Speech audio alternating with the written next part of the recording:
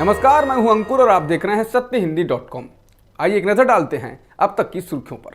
Bharatiya Janata party के IT cell के प्रमुख अमित मालवीय ने न्यूज वेबसाइट द वायर के खिलाफ कानूनी कार्रवाई करने की बात कही है। अमित मालवीय ने आज इसको लेकर प्रेस कॉन्फ्रेंस भी की। इससे पहले उन्होंने कल ही बयान जारी कर कहा था कि वायर ने फर्जी दस्तावेजों के जरिए उनकी छवि और प्रतिष्ठा को धूमिल करने की कोशिश की है। उन्होंने कहा कि मैंने कानूनी सलाह मशवरा करने के बाद तय किया है कि मैं वायर के खिलाफ कानूनी कार्रवाई करूंगा। आपराधिक केस के साथ साथ वेबसाइट द्वारा जो मेरी छवि खराब करने की कोशिश की गई उसके लिए मैं सिविल कोर्ट में मुकदमा दायर कर जुर्माने की मांग भी करूंगा। वहीं द वायर ने इसको लेकर बयान जारी कर माफी भी मांगी है। उन्होंने कहा कि पत्रकार कहानियों के लिए स्रोतों पर भरोसा करते हैं और उनसे प्राप्त सामग्री को सत्यापित करने के लिए अपनी पूरी कोशिश करते हैं। द वायर ने कहा कि उन्हें गलत जानकारी देकर गुमराह किया गया और उन्होंने इसके लिए माफी भी मांगी है। वायर ने कहा कि किसी भी प्रकाशन के जीवन में एक बार ऐसा अवसर आ सकता है जब उसे गलत जानकारी दी जाती है। इससे पहले द वायर ने फेसबुक और इंस्टाग्राम की मालिक कंपनी मेटा के खिलाफ की गई अपनी रिपोर्ट्स को हटा लिया। बता दें कि द वायर ने मेटा को लेकर 2 रिपोर्टें प्रकाशित की थी जिसमें मेटा पर कुछ आरोप लगाए गए थे। रिपोर्ट में कहा गया कि कंटेंट मॉडरेशन यानी सोशल मीडिया पर क्या दिखना चाहिए और क्या नहीं, इस नीति के तहत कुछ लोगों को विशेष अधिकार दिए गए हैं।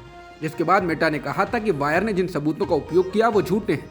मालूम हो कि द वायर स्वतंत्र पत्रकारिता करता है और जिसके कारण सरकार कई बार कटघरे में खड़ी होती रही है और इसके लिए उनके खिलाफ पहले भी केस किए जाते रहे हैं। भड़काऊ भाषण के मामले में समाजवादी पार्टी के वरिष्ठ नेता आजम खान की विधानसभा की सदस्यता रद्द कर दी गई है। गुरुवार को ही रामपुर कोर्ट ने इस मामले में आजम खान को 3 साल की सजा का आदेश दिया था। आजम खान पर 2019 लोकसभा चुनाव के दौरान कथित रूप से चुनावी भाषण के दौरान मोदी, योगी और जिलाधिकारी के खिलाफ भड़काऊ भाषण देने का आरोप लगा था। हालांकि बीजेपी के कई नेताओं ने खुलेआम भड़काऊ भाषण दिए हैं लेकिन उनके खिलाफ ऐसी कोई कार्रवाई नहीं हुई। भड़काऊ भाषण देने की सूची में दिल्ली के बीजेपी सांसद प्रवेश वर्मा, संगीत सोम, कपिल मिश्रा, राजस्थान से बीजेपी नेता ज्ञानदेव आहूजा जैसे और भी कई नेता शामिल हैं। अमेरिकी डॉलर के मुकाबले आज भारतीय रुपया 15 पैसे की गिरावट के साथ 82.48 के स्तर पर बंद हुआ। इससे पहले दिन में कारोबार के दौरान रुपया 82.3 के स्तर पर खुला और 82.5 के स्तर तक पहुंचा, लेकिन दिन के अंत में ये कुल 15 पैसे की गिरावट के साथ 82.48 के स्तर तक बंद हुआ। प्रधानमंत्री नरेंद्र मोदी ने शुक्रवार को हरियाणा के फरीदाबाद में देश के गृह मंत्रियों के साथ बातचीत में फेक न्यूज को लेकर भी नसीहत दी। उन्होंने कहा कि एक छोटी सी फेक न्यूज पूरे देश में बड़ा बवाल खड़ा कर देती है। लोगों को हमें एकजुट करते रहना होगा कि कोई भी चीज आती है तो उसको फॉरवर्ड करने से पहले, मानने से पहले वेरीफाई करें। मोदी का यह बयान सोशल मीडिया पर वायरल हो गया है और लोग उनकी ही पार्टी के द्वारा फैलाई गई खबरों को भी ट्वीट कर जवाब दे रहे हैं। पीएम नरेंद्र मोदी ने हरियाणा का फरीदाबाद जिले में हो रहे सभी राज्यों के गृह मंत्रियों के चिंतन शिविर को वीडियो कॉन्फ्रेंसिंग के जरिए संबोधित किया। इस दौरान पीएम मोदी ने कहा कि सभी राज्यों की पुलिस के लिए वन नेशन वन यूनिफॉर्म लाने के लिए विचार किया जाना चाहिए। उन्होंने कहा कि इस प्रक्रिया में समय लग सकता है, हो सकता है कि इसमें 5, 50 या 100 साल लगें, लेकिन हमें इस पर विचार करना चाहिए। प्रधानमंत्री मोदी ने कहा कि इसे थोपना नहीं चाहिए बल्कि इस पर विचार करना चाहिए।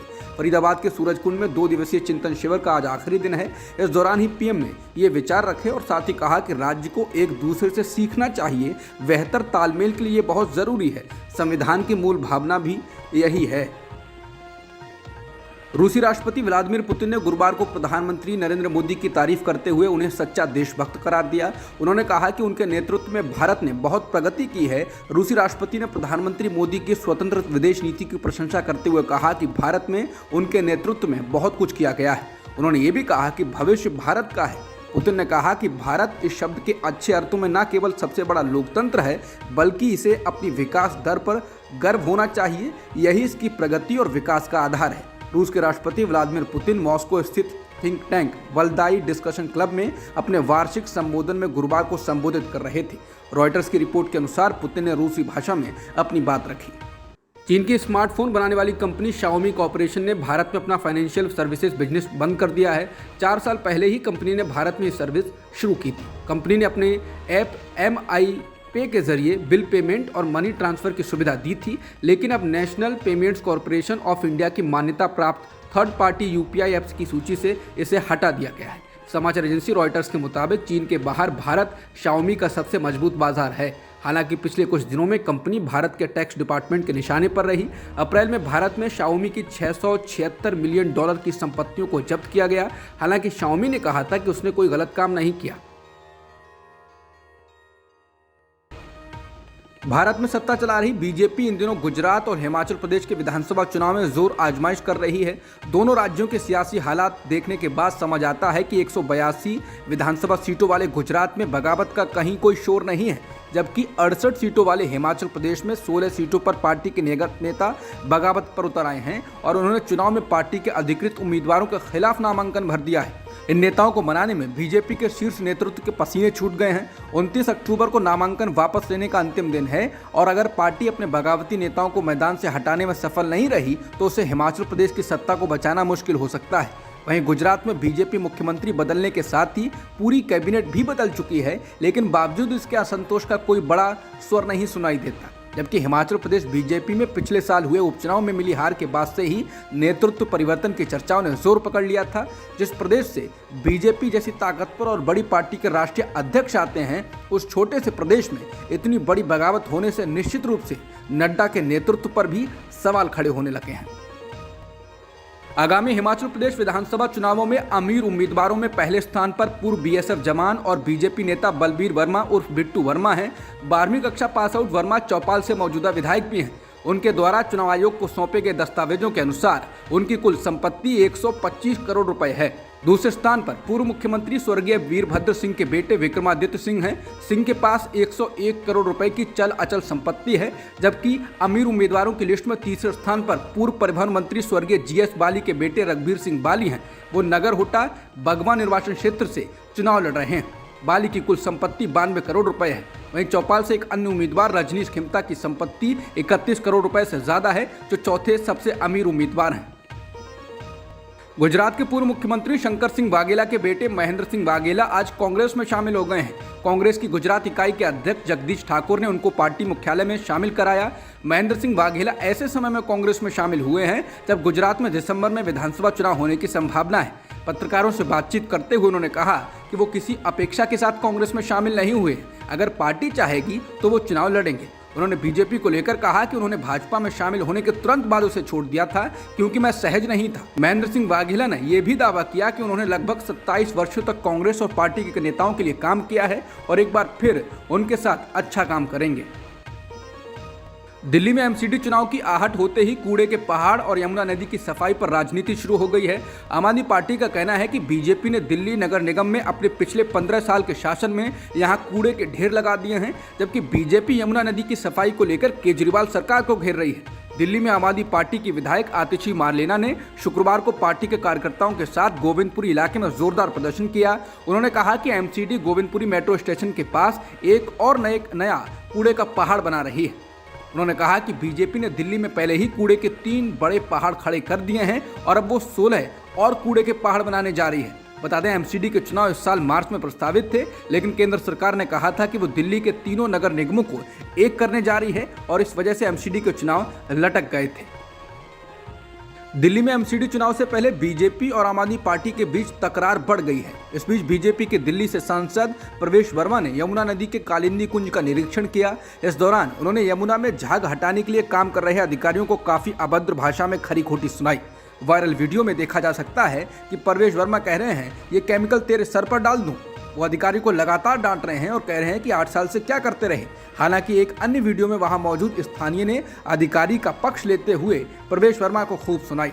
शख्स ने कहा कि वो रोज यमुना की सफाई करने खुद आता है। जब बीजेपी सांसद ने कहा कि हमारी टीम आती है सफाई करने के लिए, तो उस शख्स ने कहा कि कोई नहीं आता आपका यहाँ। उसने कहा कि आप लोगों को ये पता ही नहीं है कि हम कैसे यमुना की सफाई कर रहे हैं। अगर आपको पता होता तो बता दीजिए ये कौन सा केमिकल है। इस सवाल पर सांसद समर्थकों सहित चुप हो गए और पीछे हटते दिखाई दिए। इसके बाद आम आदमी पार्टी इस वीडियो को ट्वीट कर बीजेपी पर निशाना साध रही है। राजस्थान के राजसमंद जिले के नाथद्वार में 369 मीटर की भगवान शिव की प्रतिमा बनाई गई है, जो दुनिया में सबसे ऊंची शिव प्रतिमा बताई जा रही है।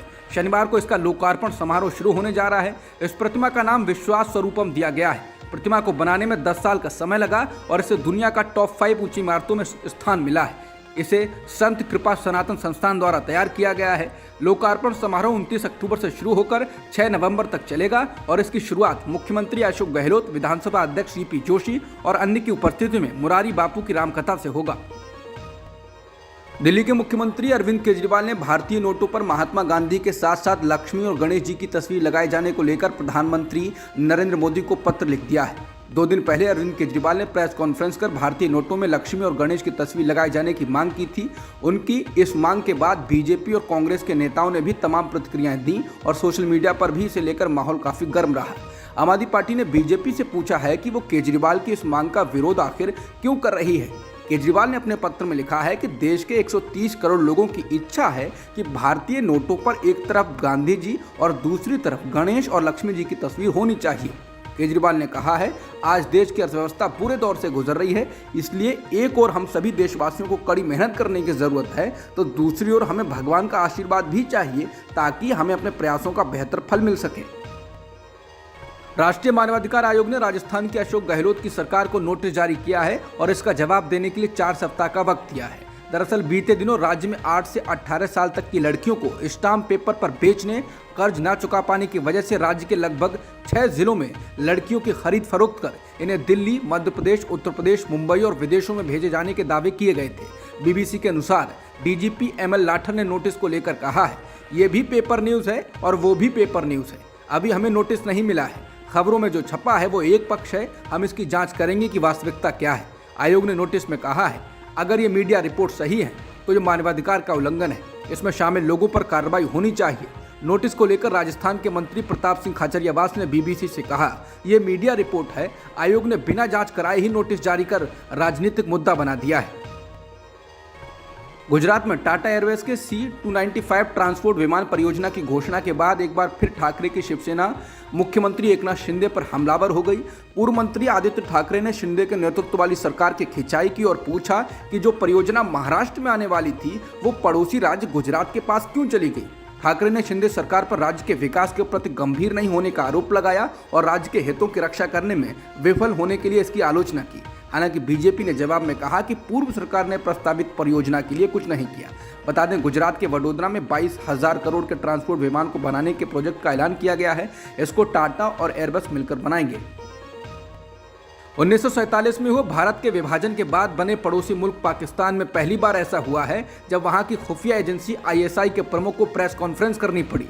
ISI के चीफ नदीम अंजुम जब गुरुवार को प्रेस कॉन्फ्रेंस में पत्रकारों के सामने आए तो लोग हैरान रह गए। बता दें, इन दोनों पाकिस्तान में हालात बेहद उथल पुथल वाले हैं। पूर्व पीएम इमरान खान ने देश की शहबाज शरीफ सरकार के साथ ही आर्मी के खिलाफ भी मोर्चा खोला हुआ है। इमरान खान उनकी हुकूमत के गिरने के बाद से ही आर्मी को निशाने पर लेते रहे हैं। कुछ दिन पहले पाकिस्तानी पत्रकार अरशाद शरीफ की केन्या में गोली मारकर हत्या कर दी गई थी। इस मामले में आर्मी चीफ कमर जावेद बाजवा की भूमिका पर सवाल खड़े हुए हैं। इस मामले के तूल पकड़ने के बाद ISI चीफ और इंटर सर्विस पब्लिक रिलेशंस यानी ISPR के लेफ्टिनेंट जनरल इफ्तिखार बाबर ने अरशद शरीफ की मौत और इमरान खान के द्वारा आर्मी पर किए जा रहे हमलों को लेकर अपनी बात पत्रकारों के सामने रखी।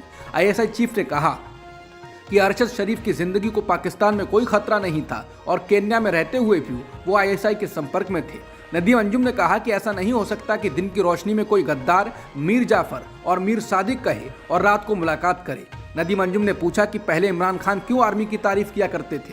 उन्होंने कहा कि आर्मी को गद्दार इसलिए कहा गया क्योंकि आर्मी ने मुल्क के संविधान के खिलाफ काम करने से इनकार कर दिया था। उन्होंने पूछा, अगर आर्मी चीफ गद्दार हैं तो इमरान खान उनसे छुपकर क्यों मिलते हैं।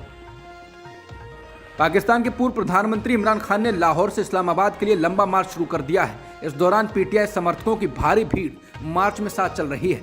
PTI के अध्यक्ष इमरान खान ने लाहौर के लिबर्टी चौक पहुंचकर लोगों को संबोधित भी किया। अपने संबोधन में इमरान खान ने आर्मी और ISI चीफ पर भी निशाना साधा है। इमरान ने ISI चीफ पर राजनीति करने का आरोप लगाया और कहा कि आप कहते हैं कि आप सियासत नहीं करते हैं, लेकिन आपने जो कल प्रेस कॉन्फ्रेंस की वो शेख रशीद से भी अधिक राजनीतिक थी। इमरान ने कहा कि DG ISI ध्यान से सुनो, मैं जो जानता हूं वो इसलिए चुप हूं क्योंकि मैं अपने संस्थानों और देश को नुकसान नहीं पहुंचाना चाहता। टेस्ला कंपनी के CEO एलन मस्क ने ट्विटर को खरीदने के तुरंत बाद अपनी कंपनी के CEO पराग अग्रवाल को उनके पद से हटा दिया। एलन मस्क ने पराग अग्रवाल के अलावा कुछ अन्य बड़े अफसरों पर भी कार्रवाई की। खबरों के मुताबिक हटाए गए अन्य अफसरों में कानूनी और नीतिगत मामलों की प्रमुख विजया गड्डे, मुख्य वित्तीय अधिकारी नेड सेगल का भी नाम शामिल है। एलन मस्क ने इन अफसरों पर फेक अकाउंट्स की संख्या को लेकर उन्हें और ट्विटर के निवेशकों को गुमराह करने का आरोप लगाया था। एक दिन पहले ही मस्क ने ट्विटर पर अपने बायो को बदलकर चीफ ट्वीट कर लिया है। इसके साथ ही एलन मस्क ने शुक्रवार को ट्वीट कर कहा कि चिड़िया अब आज़ाद हो गई है। मस्क ने ट्विटर को $44 अरब में खरीद लिया है। अमेरिकी कांग्रेस की स्पीकर नैन्सी पेलोसी के पति पर कैलिफोर्निया स्थित घर में जानलेवा हमला किया गया। नैन्सी पेलोसी के कार्यालय की ओर से कहा गया है कि पॉल पेलोसी पर शुक्रवार को हमला किया गया। हमलावर को हिरासत में ले लिया गया है। हमले का मकसद क्या था, इसकी जांच की जा रही है। पॉल पेलोसी को अस्पताल में भर्ती कराया गया है। उनके जल्द ठीक होने की उम्मीद जताई जा रही है। अब तक की खबरों में इतना ही। बाकी खबरों के लिए बने रहिए सत्यहिंदी.com के साथ।